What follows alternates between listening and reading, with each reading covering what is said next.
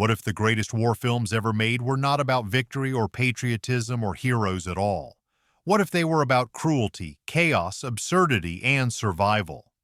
Quentin Tarantino has never hidden his obsession with war cinema, but he does not praise comfort films. He praises films that hurt, disturb, and refuse to lie.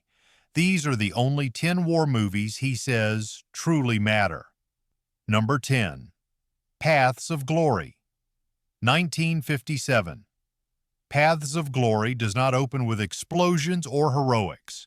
It opens with cold stone hallways echoing with boots and arrogance.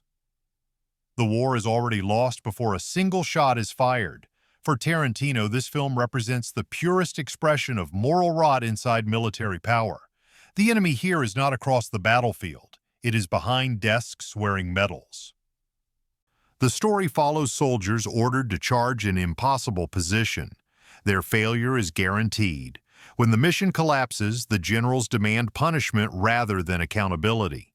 Innocent men are selected to die not for cowardice, but for convenience. Tarantino has repeatedly pointed out how the film strips war down to its ugliest truth. The system survives by sacrificing individuals. What makes the film unbearable is its calmness. There is no operatic music to guide emotion, no grand speeches to soften the blow. Everything unfolds with bureaucratic precision. The executions feel procedural rather than dramatic. That is the horror. War is not chaos here. It is paperwork. Tarantino admires how the camera lingers on faces rather than action. Fear, confusion, and disbelief replace glory. These soldiers are not warriors in legend. They are men trapped by hierarchy. The final scene does not offer relief. It offers exhaustion. A brief moment of shared humanity arrives too late to save anyone. This is why Tarantino considers Paths of Glory essential. It is not a battle film. It is an accusation. It exposes how war consumes morality long before it consumes bodies. No modern war film that claims to be serious escapes its shadow. Number 9. The Dirty Dozen, 1967. The Dirty Dozen looks like entertainment on the surface. Loud characters, explosive violence, and black humor dominate the screen. But Tarantino understands what many miss. This is a war movie about weaponized misfits. Criminals are not redeemed by honor. They are used because they are disposable. The premise is simple. Convicted soldiers are offered freedom in exchange for a suicide mission. Authority does not trust them. Commanders despise them. Yet they are perfectly suited for the job. Tarantino has praised how the film dismantles traditional military heroism. Discipline fails. Rebellion succeeds. Each character represents a fracture in the system. Racism, class resentment, and psychological damage simmer beneath the banter. Training sequences feel more like conditioning than preparation. These men are not molded into soldiers. They are sharpened into tools. The violence is sudden and ugly.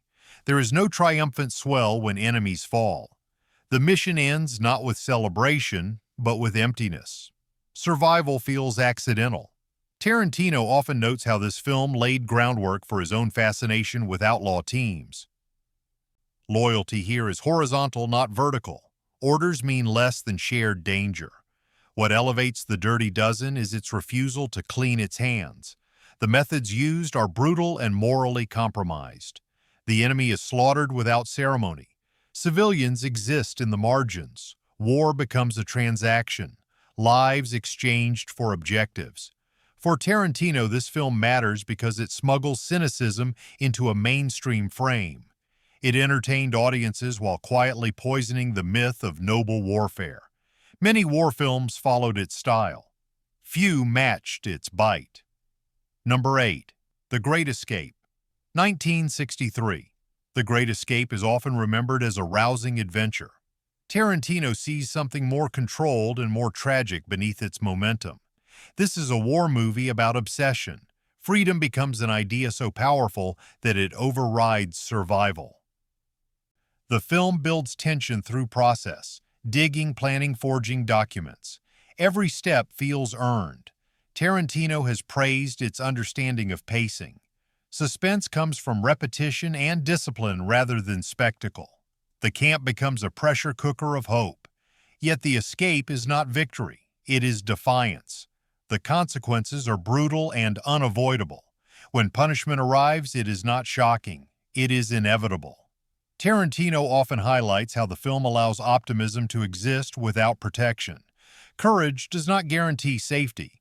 What makes the film timeless is its balance. Humor exists alongside dread.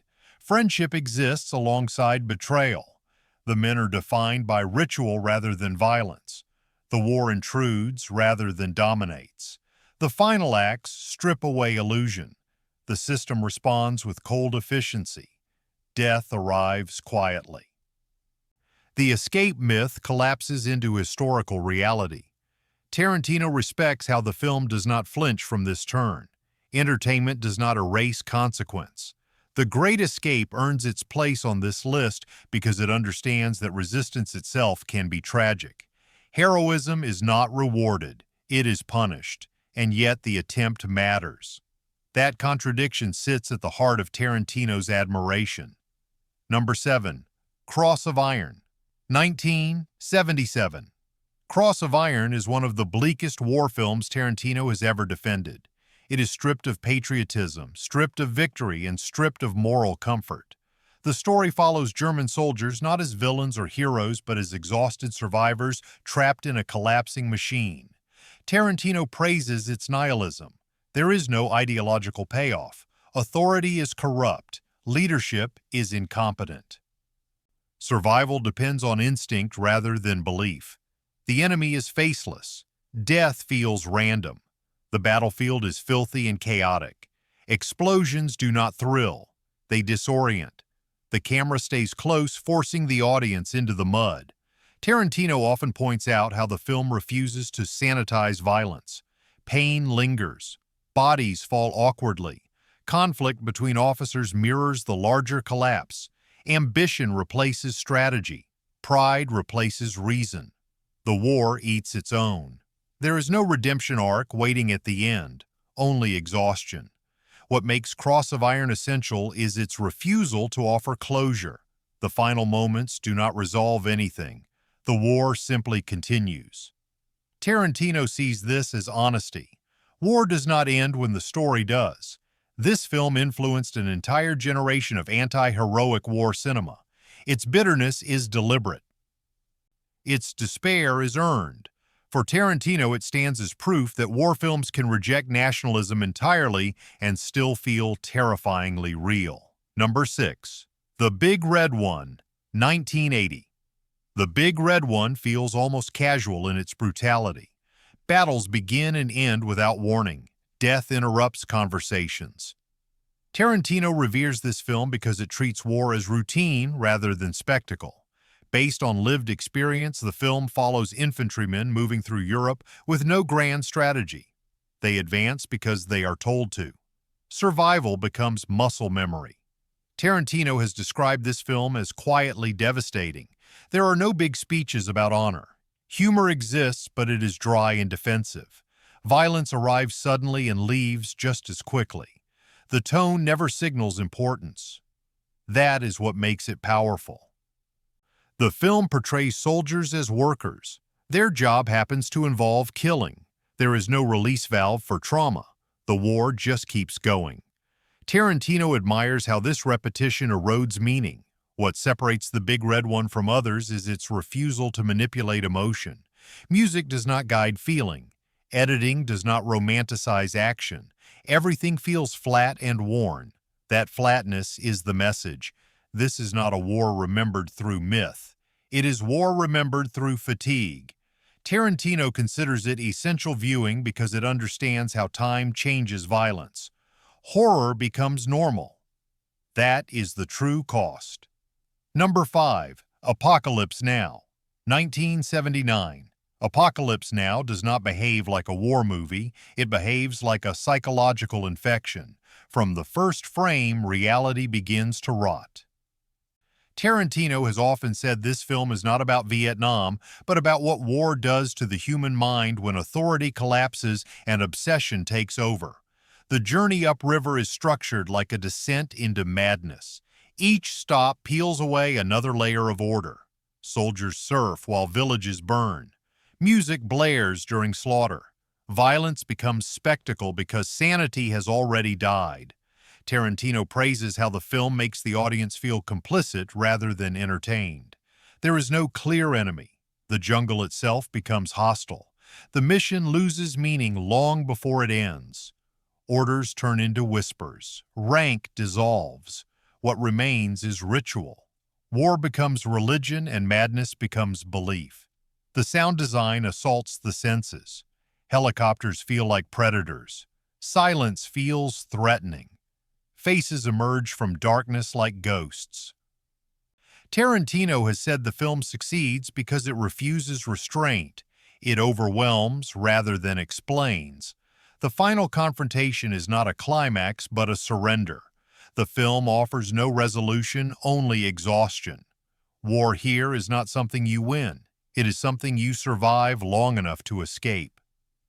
Apocalypse now changed war cinema by rejecting structure and certainty. It showed that confusion is not a flaw but a truth. For Tarantino, this film matters because it proves that war destroys meaning itself. Once that happens, nothing else can be trusted. Number 4. Kelly's Heroes, 1970. Kelly's Heroes looks like a comedy and moves like a caper, but underneath it carries sharp contempt for authority and ideology. Tarantino loves this film because it treats war as an absurd marketplace where survival and profit matter more than slogans. The soldiers are not motivated by honor or patriotism. They are motivated by opportunity. Orders are obstacles. Commanders are liabilities. War becomes a chaotic environment to exploit rather than a cause to believe in. The tone never settles. Humor and violence exist side by side without apology. Characters joke while people die. Tarantino admires this tonal confidence. The film does not moralize. It observes. Authority figures are exposed as incompetent and self-serving. Success comes from ignoring them. The heroes operate outside the system and survive because of it. This anti-hierarchy spirit deeply influenced Tarantino's own ensemble storytelling. The enemy is present but distant. The real conflict is between obedience and independence. By the end, gold replaces glory and survival replaces sacrifice. Kelly's Heroes earns its place because it strips war of romance. It exposes how quickly ideals collapse when self-interest takes over. For Tarantino, this honesty makes it essential. War is not noble. It is opportunistic, chaotic, and deeply human. Number 3. The Battle of Algiers, 1966. The Battle of Algiers feels real because it refuses drama. Tarantino has repeatedly praised this film for its documentary realism and its ruthless neutrality. There are no heroes here, only systems colliding. The film depicts guerrilla warfare as methodical and inevitable. Violence escalates through retaliation. Civilians are trapped between forces that do not protect them. Every action produces consequence. What makes the film unsettling is its refusal to guide emotion. Bombings occur without emphasis. Death arrives without ceremony. The camera does not flinch or judge, it records. Tarantino considers this film essential because it explains how modern conflict actually functions. Power responds with force. Resistance responds with terror. The cycle feeds itself. The structure builds pressure through repetition. Arrests lead to reprisals. Reprisals lead to more resistance. There is no clean ending.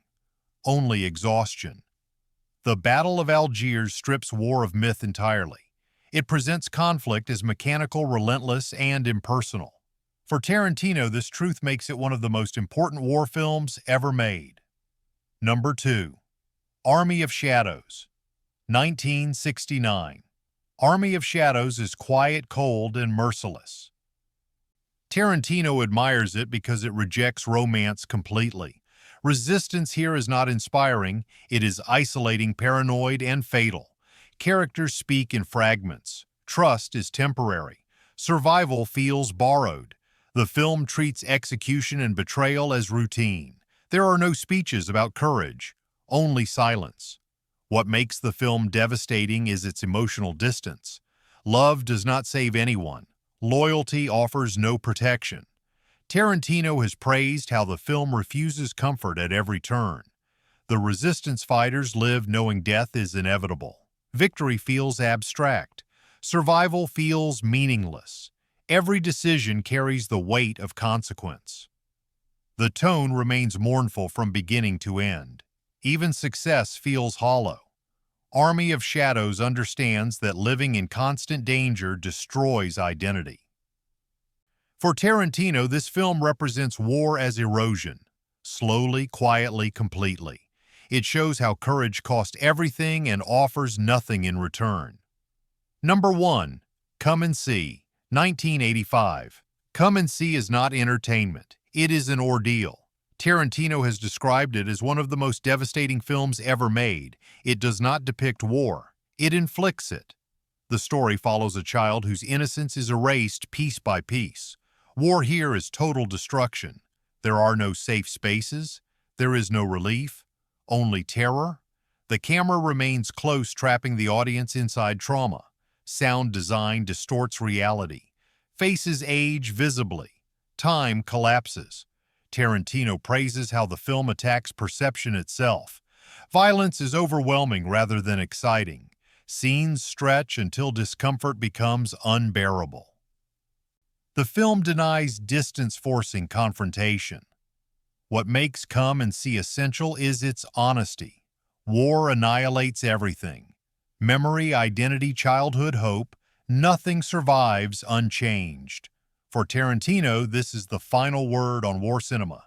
It refuses compromise. It refuses beauty. It shows the cost in full and leaves nothing behind. These films are not meant to entertain or reassure. They exist to confront and disturb and refuse comfort. Quentin Tarantino values them because they tell the truth without compromise. They strip war of glory and expose it as cruelty, madness, and erosion.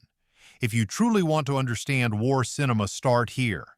And if these films unsettle you, they are doing exactly what they were made to do.